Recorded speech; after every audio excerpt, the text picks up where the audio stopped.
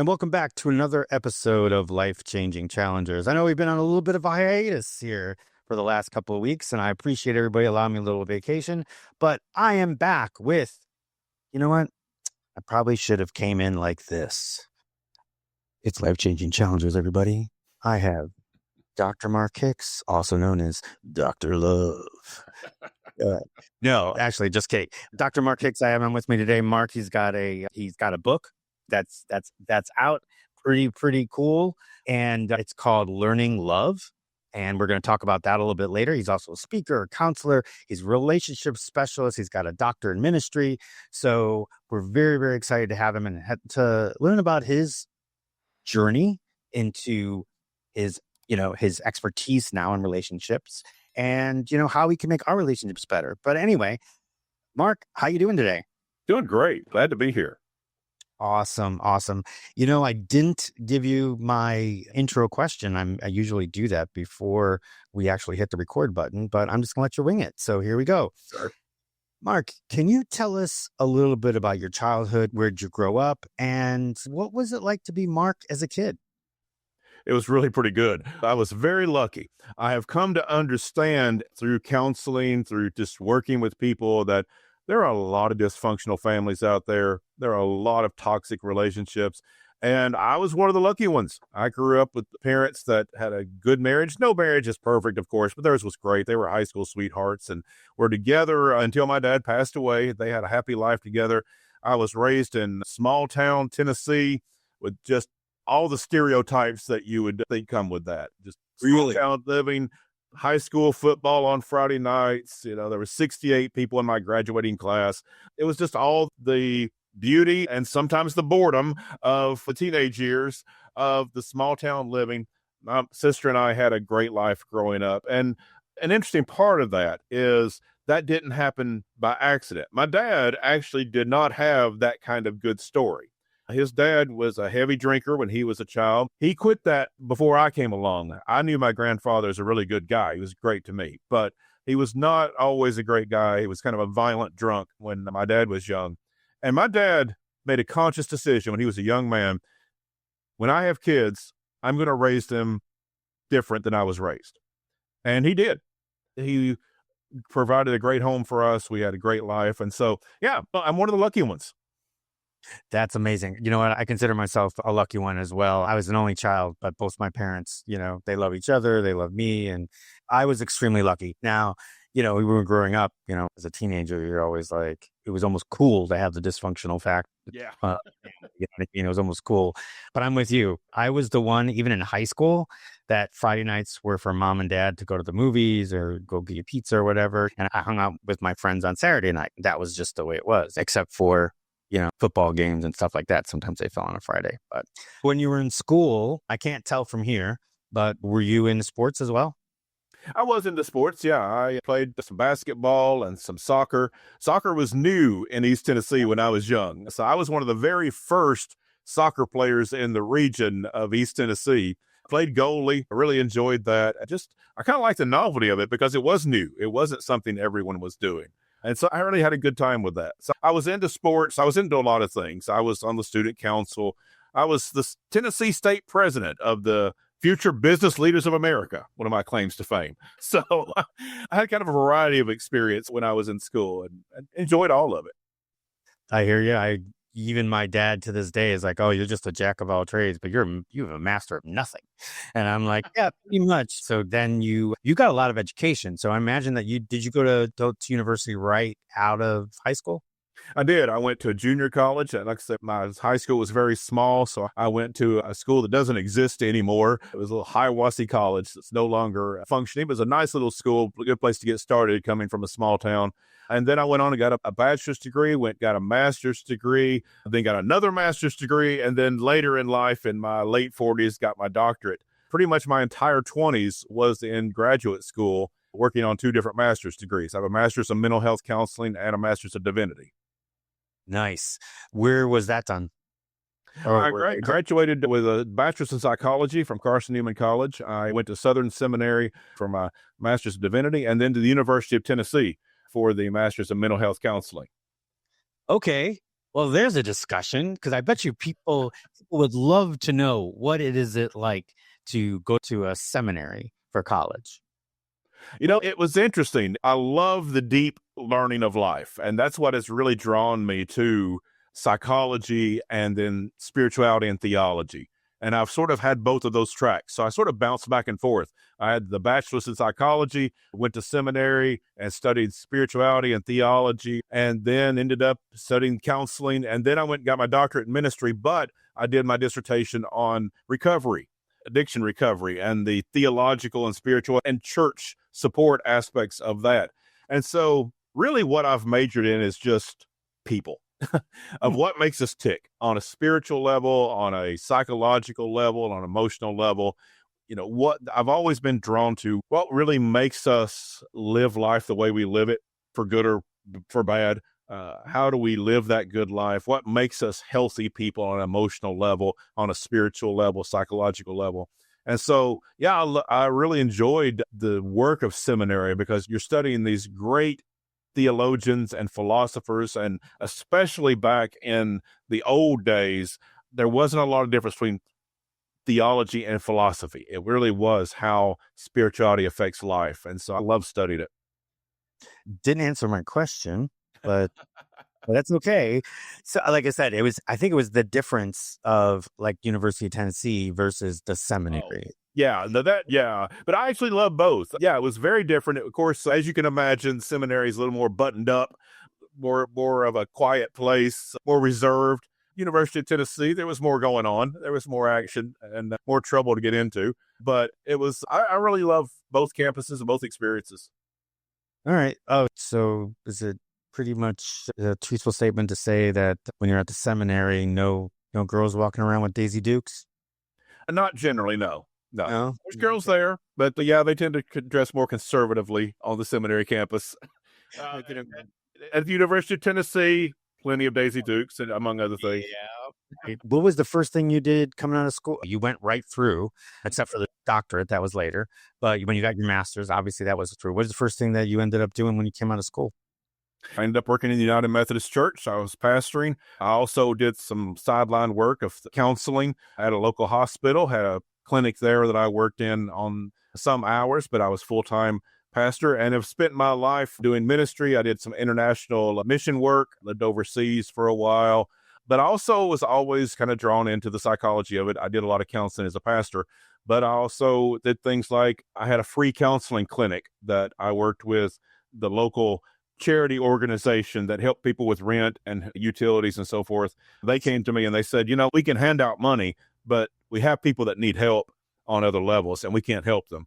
And since I had the degrees in psychology and counseling and theology, there's like, you can kind of talk to a lot of people about a lot of different things. And so we set up a free counseling clinic to do that. And so I've been in ministry, but it's been in a wide variety of them. In addition to the traditional pastoring that everyone thinks of, I've been in recovery ministry, international mission work, counseling clinics, homeless ministry, a lot of different things. Nice. So that charity that you mentioned, which actually helped people out with rent and that type of thing, I was giving to a charity called the Children's Cancer Center. I remember, but prior to this, we were talking about how our lives were affected by cancer, and that was exactly what their mission was. It wasn't the mission of like, let's find out a cure. Their mission was that they knew that families have issues when their kids goes into the hospital Yes. when they have AML, ALL, because usually one of the two parents, if it's a two-parent household, has to cut their hours or actually, take a leave of absence whatsoever. And there's no money left, and they've cut a two-income household down to one. And now they've got gigantic bills they got to take care of. Children's Cancer Center was one of those charities, just like you worked for, that helped people with car payments and utility payments and rent payments when their kids were in the hospital. So happy that you did that. And obviously you've devoted your life to the ministry. So that's just something that's just been a part of your life, which we need more of you.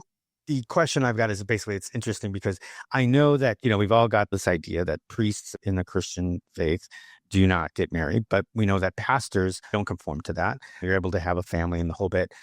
But sometimes we conflate the two.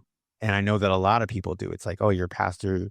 And they just, at first, when you got into that, was that something that was automatic to people? Did they confuse the two? And obviously, you know, which didn't provide you with a lot of prospects for love? Or did you find that people knew the difference and it wasn't that big of a deal? In the South, where I grew up and went to school, the Catholic faith is not as prominent. We have Catholic churches in the South, but it's much more Protestant. And so, yeah, it was pretty well expected that it's almost the opposite in Protestant faith because people don't want single pastors. They want pastors with the traditional family. There's a lot of pressure for that sometimes within the Protestant churches. They want the pastor to be married. They want the pastor to have children. It's seen as the traditional role. And so it was expected, really. And in fact, there's a bit of pressure too. When I was in college and had an eye towards going to seminary, there's really, I don't know that I felt it deeply, but it's just sort of there, sort of this underline. And you can see some people that are open about the pressure that you really need to find somebody in college and kind of check that off the list because, especially if you're going into the church, they don't want single pastors. They want you to have that stable, traditional kind of stereotype family. Oh, wow. Okay, that's pressure. You got a pressure to find someone, which could with that kind of pressure could cause you to possibly choose the wrong person because of the pressure coming into from what you really love doing. Now, I do understand that you've been married twice. Yeah. When did you meet your first wife? In college. Oh, you did? We met in college, got married right after college, and that was an absolute disaster. That was a horrible decision. And coming from a very healthy, happy family growing up, there's just a sense that, well, relationships just work. If you're good people, they just work. And so I think I went into adulthood with a rather naive idea of the world. I didn't really know the games that get played, the cruelty that's out there, the manipulation that's out there. I didn't understand a lot of things in the world coming from that stereotype of small town America and the nice, happy, healthy family. And so, yeah, I got into a tremendous mess. What I thought was a good decision at the time ended up being a disaster. But because of my religious background, but also just out of pure stubbornness and ego, I would not think about divorce. I would not admit that there was a problem. I never told anyone that there was a problem in the marriage. I decided that I would be smart enough, strong enough, faithful enough, wise enough, whatever enough that I would make this relationship work. And I stayed in a very toxic situation for 13 years with that attitude until I came to the point that I was just wishing for death and really contemplated taking my own life at times. I never came to a place of really formulating a plan, but it certainly crossed my mind that I can't live like this. And that's when I decided that I needed to be divorced or I needed to be dead. And I decided on divorce. That's powerful what you said. Okay, so I'll be quite honest, when you're talking to a Jewish kid, what is the church's or the Protestants? That's right. We follow the Protestant faith, correct? Yeah. What is the Protestants' view on divorce? It's different among different denominations. My denomination is United Methodist, so I was not fired for that. I was able to keep my job. I was rejected by a lot of people. I remember one particular lady came in one day and really just told me how despicable I was and how horrible I was and how I did not deserve to be in ministry, that I was a bad example to the children of the church, et cetera, because I was getting divorced. And, what really hurt at that moment was not so much that she was saying it, but I thought she might be right because I felt like a failure. I felt like that I had failed in my all that stubbornness, all that ego of all this. I would make it work. I had to admit I couldn't. I failed at that. No matter how much I tried, it was not going to work. And I felt like a failure in that moment. And there's a lot of prejudice. Now, I had a lot of people that did accept me. Now, there are other denominations that will fire pastors for being divorced, but United Methodist was not one of them. So I was able to keep my job despite some people thinking that I should not be able to. It's difficult to be divorced anyway. It's a difficult process to go through. It's a painful, emotional process to go through because even if you're in a bad situation, when you leave that bad situation, you're still losing the dream. You're still losing all that effort you put into it, all the dreams you had, all those moments that you thought you might be turning the corner, that you maybe this time you can make it work. There are those moments along the way. There are those moments that are good in a relationship, even if it's a bad relationship. And you think, maybe this is it this time. Maybe we can make this work. And you get that glimmer of hope only to have it smashed. There is the loss of that dream. It's a horrible thing to go through. But when you're in front of people, when there are expectations, and ministry is certainly one of those. There's probably other professions as well that would echo this. But when you're out front, in front of people, particularly as a teacher and someone that's held up as an example, just because you're a teacher doesn't mean you always get everything right. It's a tough thing to go through publicly. It's difficult even if you have a quiet job in a cubicle, but it's even more so when you have the public that there's no shortage of people that will give you their opinion of you when you're going through a tough time. And so it was a struggle. How big was your congregation at that point? At that point, it wasn't large. There's a lot of small churches through the South. And so there was probably about 100 people in that church. It's not a lot. Okay. Well, I mean, That's considered about a mid-sized church in the United Methodist denomination of the South. You have the huge mega churches, and you have some churches throughout the South and a lot of Protestant denominations that you'll have 5 or 10 people. That's actually pretty common. So a church of about 100 is not too bad of a size church, actually. still enough to cause you some headaches. Oh, So, yeah. So, absolutely. so when you're kind of going against the grain a little bit. So I have many episodes where I have talked with people that have gone in and out of toxic relationships. So there is no reason for us to delve on that. But I do want to ask the question is, when everything was said and done, when the divorce was final and it was now behind you, what lessons do you feel like you learned? Should have left earlier. Okay. So stubborn was one of them. There's 2 primary ones. One, I shouldn't have been so stubborn. This whole thing of I will fix this is absurd.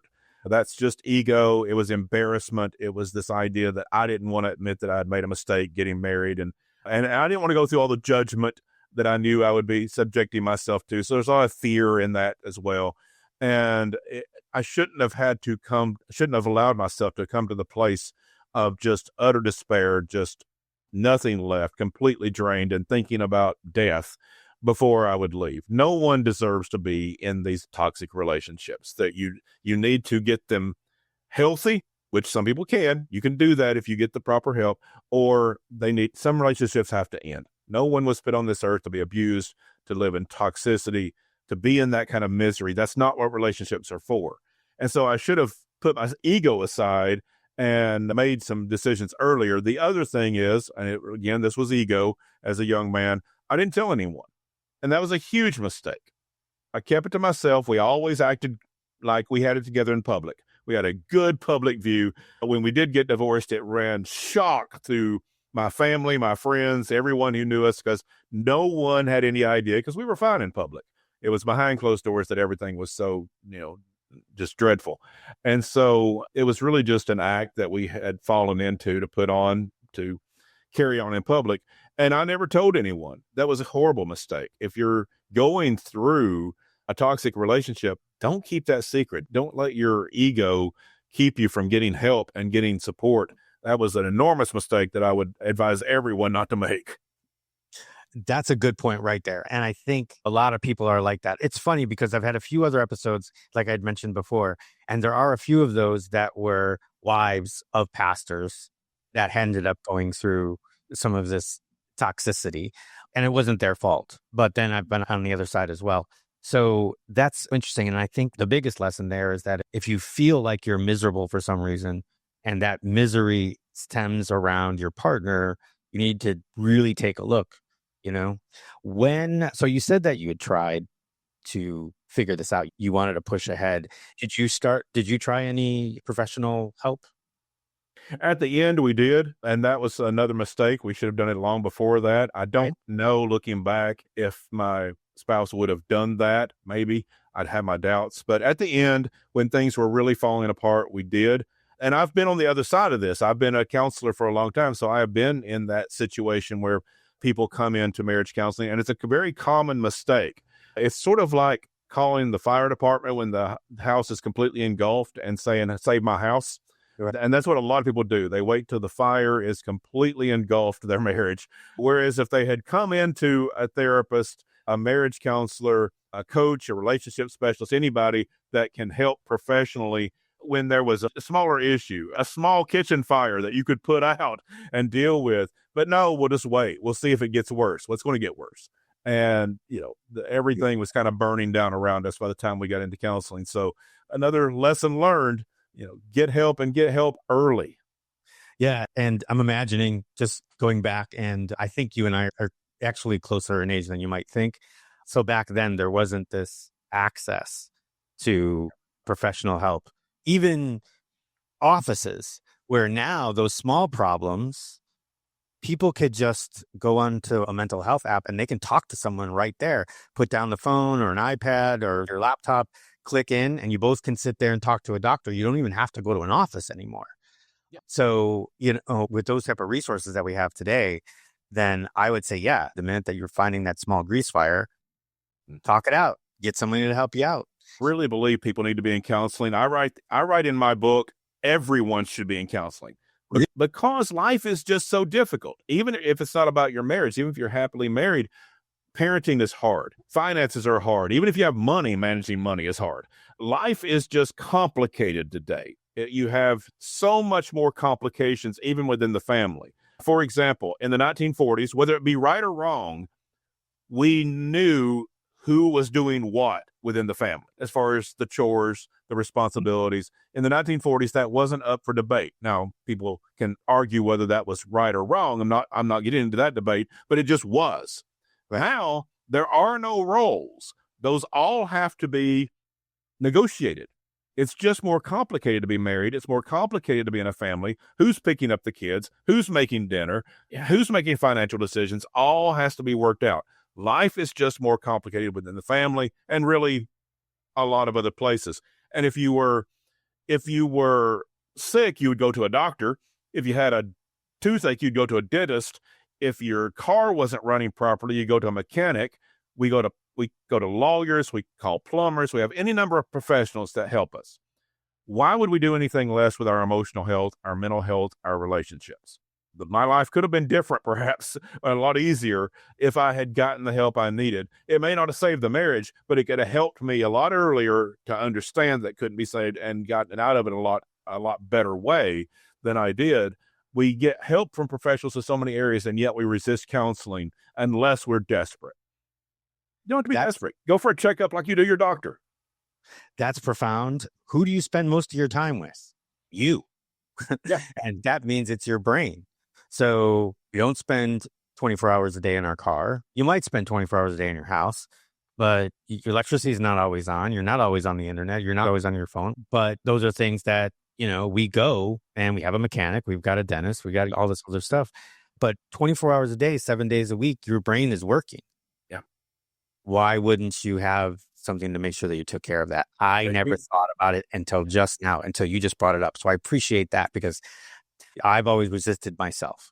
Read a lot of books, a lot of learning development that way, but I've never thought, yes, now that I think about it, I agree with you 100%. Everybody should. Well, and you don't even have to go all the time. You don't have to go every week, but have someone go and work through some things you're dealing with now, get established, and then maybe you go once a month or once every 3 months. But just kind of keep track of when you need to check in, or at least have someone that knows your history, knows who you are, that you can call and make an appointment when something happens, because something's going to happen. Life is not easy. Something's going to be hard along the way. And just like we have, maybe a lawyer on retainer, or we have a dentist that we go to on a regular basis, have that person that when times gets tough, I'm not dealing with this well, or I just need to kind of think through some things, this is the person I call. Now, when I say that, I get pushed on this all the time. Well, not everybody can afford a counselor. And I hear that. I get that. And I totally understand it. That's why I set up a free counseling clinic in the past, because I understand not everybody can afford it. But my argument is not everyone can afford a dentist either. That doesn't negate the need for a dentist. We haven't eliminated the need for counseling just because some people can't afford it. We need to find solutions to that. Exactly. And I quote, life's not all sunshine and rainbows. Yep. Life Nothing hits harder than life, and it'll beat you to your knees if you let it. Anyway, there's my Rocky Balboa imitation. Totally true. Yeah, no. That's beach is like my God. So anyway, you got out of this marriage. Did you stay with the church? Did you move on? What happened? No, I did stay with the church for a number of years after that. Yeah, I think things were rocky there for a while, but I found some good people, found some places that I could serve, do some good work, got into disaster response for several years and was leading some disaster response programs through the church, responding to hurricanes and tornadoes in the southeastern United States. So I got into that for a while. That was something that was very fulfilling, and that was all through a church ministry. And like I said earlier, I ended up doing recovery ministry, leading a program for several years. So for about 15 years, I stayed in the church after I was divorced, doing various forms of ministry and mission work, lived overseas for a while, doing a number of things. Tell us about your overseas experiences.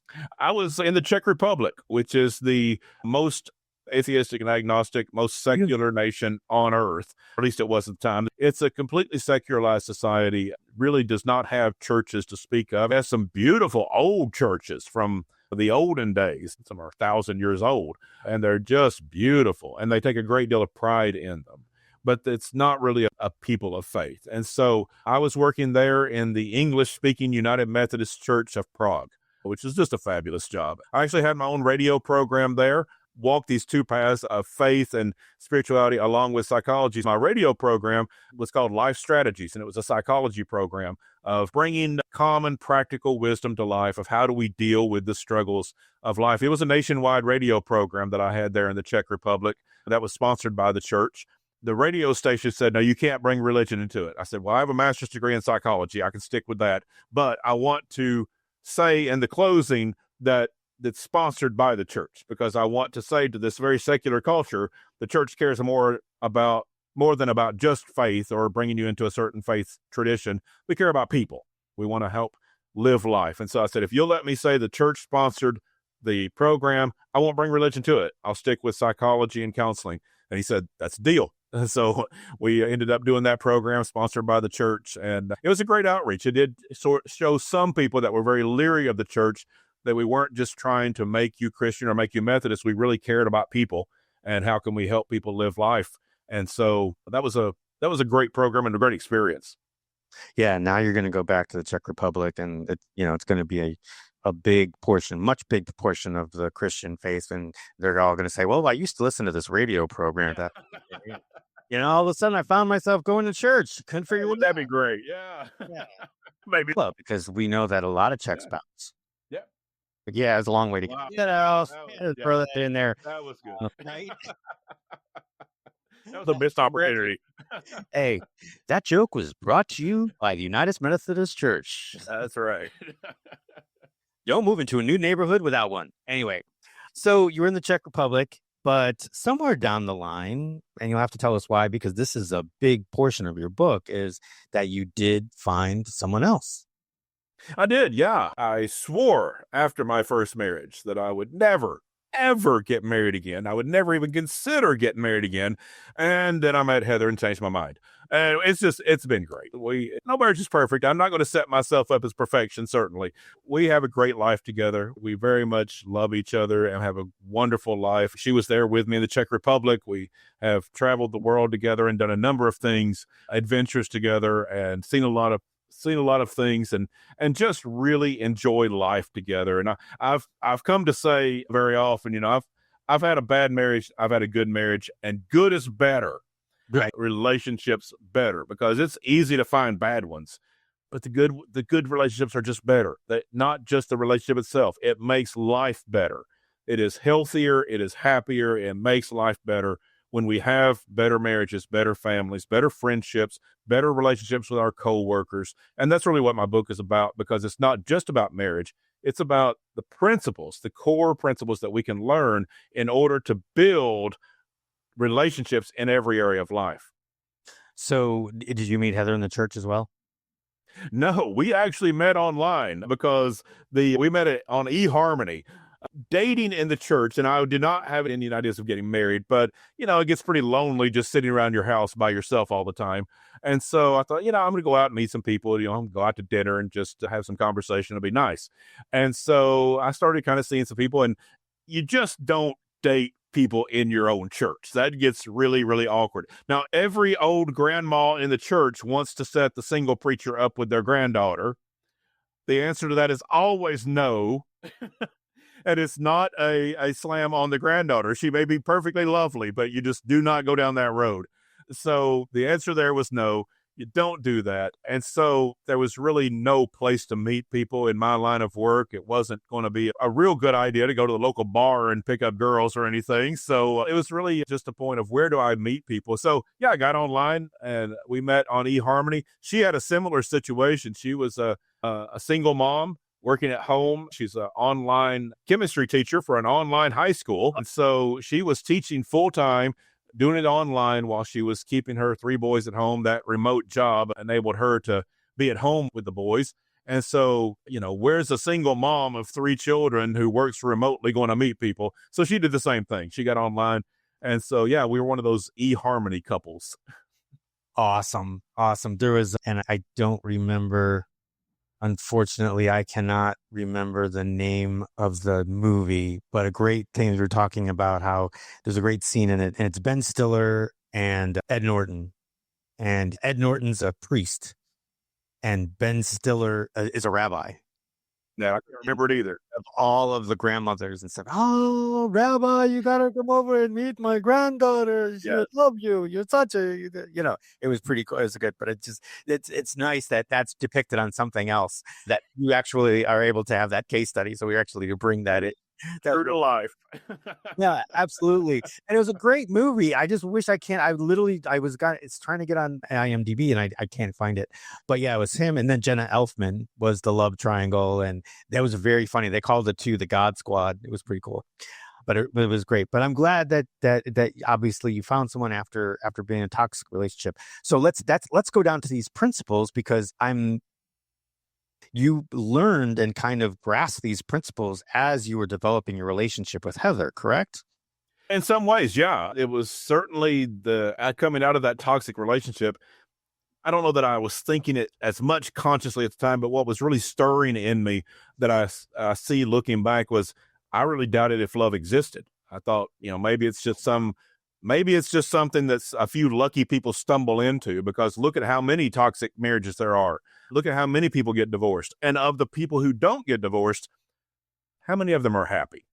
They stay together for the kids or for money or for religion or whatever it might be.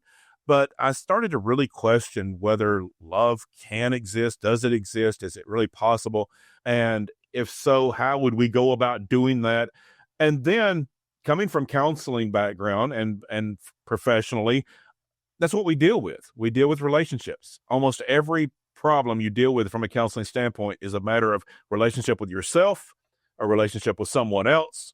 In religion and theology and spirituality, it's the same thing. You're dealing with your relationship with yourself, relationship with others, relationship with God. It's really goes back to that. And so in every area of my life, whether it's counseling, spirituality and theology, or my own personal experience, I was kind of driven towards this idea of how do we make relationships work? And through all of that, through those studies of counseling and theology, I started to see some patterns. The real inspiration for what I call the 5 components of love are the 5 books of the wisdom literature in the Old Testament. Now, there's no place you can go to in the Old Testament or any other place and says, here's the 5 components of love. But in reading those 5 books of the wisdom literature of the Old Testament, I really began to see some patterns of some things emerging. And it's called the wisdom literature, but I came to understand that really the greatest wisdom is love. If we understand love, then we understand how to grow ourselves, how to have relationships with others. We understand God, because God is love. And so that's a quote from the Bible in 1 John, that God is love, not just loving, but God is love. And so from those books, I began to just get inspiration. It wasn't a literal translation or anything, but it was an inspiration of seeing how the wisdom of love is built. And so from all of that, and this took years of sort of formulating these ideas and writing some stuff and then writing some other things. And eventually it emerged very clearly for me that there are 5 components of love and we can learn them, that love is a learned skill set, that the trouble that we have, the reason we struggle in relationships so much is that we wing it. We just think that it happens naturally. that you just sort of go with your gut, you go with your feelings. And we assume that we know what love is because of our family.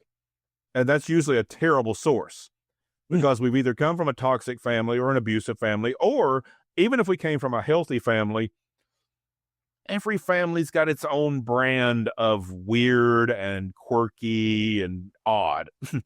And it works for some families, and they're happy and they're healthy and it's just wonderful. But then you go out into the world, it doesn't necessarily work. You don't necessarily understand how to build relationships because it just sort of naturally happened for you. And we've lost the idea that you learn how to love, just like you learn how to walk. But in a healthy family, in a healthy situation, you learn how to walk before you remember learning it. And in a healthy family, in a healthy situation, you probably learned a lot of what I teach in my book before you remember learning it. It just came natural because you were raised in a healthy environment. But no family is perfect. Everyone struggles to some extent. And so the purpose of the book is to see, where is it? What component am I missing? Or maybe 2 or 3 or even 5 if you came from a toxic, abusive household. But the good news there is once you understand the components of love, you can build it. You can work on those. And as I said earlier, get help to do that. Go to a therapist, go to a counselor, find help for that, and work on those things so you can build relationships at home, at work, with friendships, any capacity of love. I love it. Do you want to give us just a quick rundown of the 5 principles? Absolutely. Great. The first component of love is grief. And that one surprises people because they always think when we talk about love, we're going to talk about bubblegum and butterflies and everything's sweet and beautiful. And we get to that. Rainbows. Not going to deny that at all. We'll get there. But life is hard. No one gets through this life without scars. And a lot of people have been really deeply hurt along the way, particularly if you have come from a dysfunctional or a toxic or abusive childhood, or if you've been through a divorce or a terrible breakup, or so many people have stories of just heartbreak. Maybe someone truly dear to you has died at a particularly young age. It just leaves these deep scars in our life. And if we're not careful, we'll start putting up barriers to try to protect ourselves. We'll put up emotional walls. We'll keep people at arm's length. We'll protect ourselves from being hurt again because we've been hurt before. And what we're really doing there is building our own emotional prison, that we're pushing everyone away that we could be connecting with. And grief is the way to overcome that. Grief is our comeback story. It's not fun, but it is healing. Knowing how to grieve. And if you struggle with that, again, there's help for that. Knowing how to grieve the losses of life, the hurts of life, is our comeback story. We come back to a place that we have healed. We can't fix the past, but we heal in a way that we can go forward and be connected, even though we may have been hurt in the past. What I often say is some things in life are so painful, it's like it leaves a hole in our heart. But you can live a really good life with a hole in your heart. And when we start to understand that, we're not stuck in those painful things of the past. We can heal from that. And even with the hurts in our life, we can go on and build happy, healthy relationships, make those connections despite the hurts because we know how to grieve. That lays the foundation. We can come back from anything if we know how to do that and get the help to do it. The second component of love is emotion. And this is the bubblegum and butterflies. This is what everybody thinks about with love. And it is one, very important, but it's one of 5. It's not the only aspect of love, but it is an important one, that we make that emotional connection. And for some people, that's super easy. They love that emotional side. For other people, they're more cerebral, they're more introverted, they're just not so sure. And that's okay. You don't have to change your personality, but it's like any other skill set. Work at it. Just try it a little at a time. The point is, the people who you care about need to know you care about them. And so find ways of saying that. It's great if you could say, I love you. But if you come from an abusive household where love was a weapon or something, you may not be able to say those words. Then say, I appreciate you. Or say thank you when somebody does something kind for you, a sincere thank you. Yes. Find ways that you are able to express your caring and your love for other people at the place you can now, and it will grow. The more you do that, the easier it will get, like any other skill set. But it's important, regardless of our personality, to build our capacity to connect on an emotional level. Now, the third component of love is practicality. This is the one that balances the emotional side. You may have heard someone say, well, I love them, but I just can't live with them. Yes. Those are people who have mastered the second component of love, the emotional side. They've got a connection, but they have failed at the practicality. The how do we live together well? What decisions are we making to live together well in this relationship, whether it's a work relationship, friendship, marriage, whatever it is? And that's things like, if you're married, how are you going to handle your finances? How are you going to make parenting decisions? It can be things like anxiety and depression take a toll on us. It also takes a toll on our relationships. And those are treatable conditions. And so it becomes a practical aspect of our relationships to get the help we need to treat those kind of mental struggles and emotional struggles in order to be able to show up for the relationship. It becomes a practical matter, getting the help you need to treat those things. And also a practical matter, as we discussed earlier, not every relationship can continue. A practical reality is we have to have boundaries. No one was meant to be abused. And in order to build healthy relationships, we sometimes have to end unhealthy ones. That's going to be hard, particularly if it's like a parent or a family member or getting divorced. Those are very hard things to do. And that's why the first component of love is grief. But getting those unhealthy relationships out of our life or limiting them through boundaries is the way we can have the room in our life for healthy ones. These are all practical decisions that help us live together well in healthy relationships. The fourth component is acceptance, and there's two aspects to this. A lesser one is we have to accept people, not abuse. There's a line to this, but people are going to make mistakes. We do have to accept people if we're going to have healthy relationships. People are going to make mistakes along the way. So within limits, we do accept those mistakes and we work through those. But more importantly, it's about accepting ourselves. You have to love yourself before you can love other people. Brene Brown is famous for saying that. She's done some great research on this, some great writing on it. Other people have as well. That is the capacity of love. You have to love yourself, and you cannot love others more than you love yourself. We fool ourselves thinking we can sometimes, but it is the limit. If you want to love your spouse, love your kids, love your friends more, you have to love yourself more. Love is not a commodity like money. If you need more money, you can go get a second job, borrow money from a friend, take out a loan at the bank, a lot of ways to get money.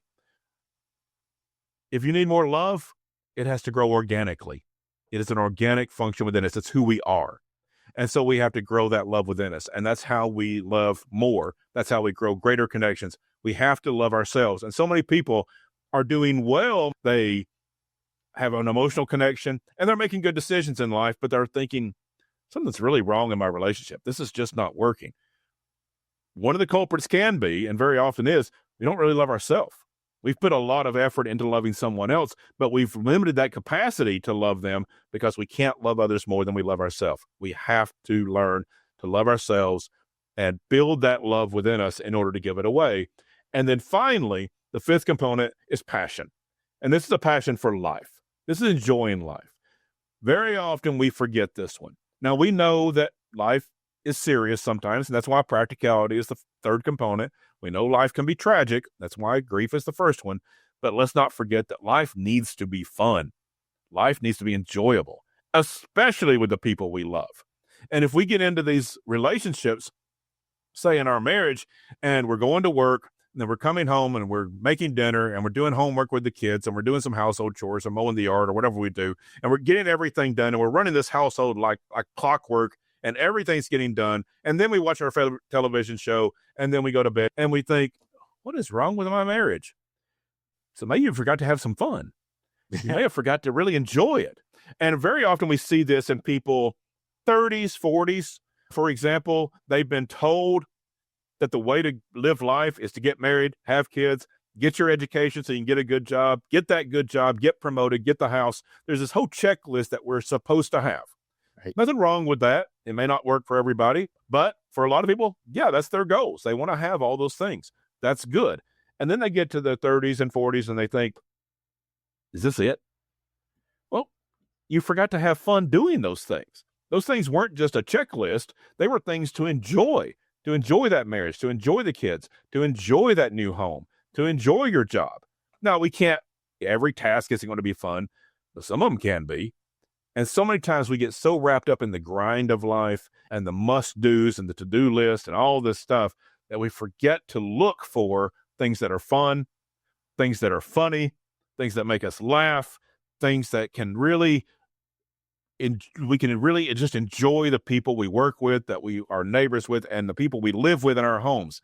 And when we bring that passion, it helps all the other things. It helps us through the grief when we have a passion for the people we live with, and we enjoy those moments, even in the hard times, that it brings an emotional connection. It helps us see things more clearly to make practical decisions. And it just builds the love for ourselves and others.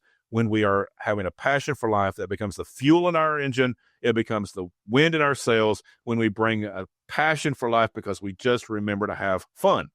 So if you can grieve the tough times of life, if you can make an emotional connection, making good decisions to live together well, you love yourself so that you can love others, and you remember to have fun and have a passion for life, you can build healthy relationships in every area, even if you come from a dysfunctional family or been through a divorce or been through other relationship struggles. You can use these 5 components to build the relationships you want.